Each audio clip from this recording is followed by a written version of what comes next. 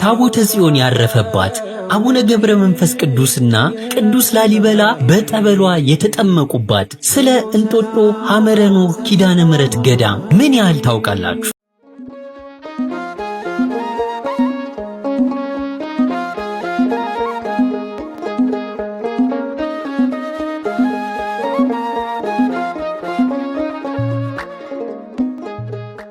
እንጦጦ ሐመረ ኖህ ቅድስት ኪዳነ ምሕረት ገዳም በአዲስ አበባ ከተማ በስተሰሜን ምስራቅ የምትገኝ ስመጥርና ታሪካዊ ገዳም ስትሆን በተራራ በሸለቆና በወንዞች የተከበበች በመሆኗ በተፈጥሮ አቀማመጧ አረንጓዴን የተላበሰች ናት።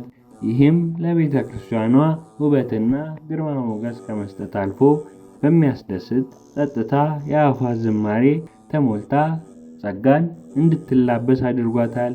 እቺ ቦታ ተቆረቆረችው በ484 ዓመተ ምህረት ሲሆን በ500 ዓመተ ምህረት በአባ ሊባኖስ የአንድነት ገዳም ሆና ተቋቋመች።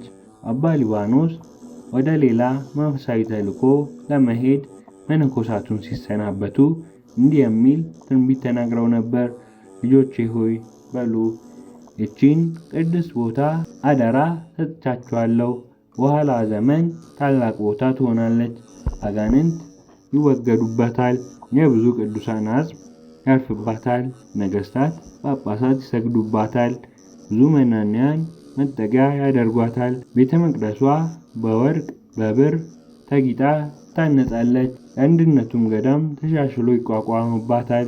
በ9ኛው መቶ ክፍለ ዘመን ዮዲት ጉዲት የአክሱም ጽዮንን ቤተ መቅደስ ለማቃጠል ስትነሳ ንጉሥ አንበስ ወንድም ታቦተ ጽዮንን በሚስጥር በመያዝ ወደ ሸዋ መጥቶ በእንጦጦ ሐመረ ኖህ ኪዳነ ምሕረት ገዳም ታቦተ ጽዮንን አሳድረው ወደ ዝዋይ ደሴት ሲሄዱ ለገዳሟ ንዋያተ ቅድሳት ስጦታ አበርክቷል። ጸበሏን ተጠምቆ ቦታውን መርቀው ሄደዋል። 12ኛው መቶ ክፍለ ዘመን ጻድቁ አቡነ ገብረ መንፈስ ቅዱስ ከንጉሥ ላሊበላ ጋር ወደ ዝቋላ አምባ ሲመጡ በዚህ ገዳም በእንግድነት አድረው በጸበሏ ተጠምቀው ቦታውን ባርከዋል። አቡነ ገብረ መንፈስ ቅዱስም ለመነኮሳቱ እንዲህ ብለው ተናግረዋል። ይህ ገዳም ታላቅ ስመጥር ገዳም ትሆናለች። ከእርሷ በታች የሚታየው ጫካና ዱር መናገሻ ከተማ ይሆናል።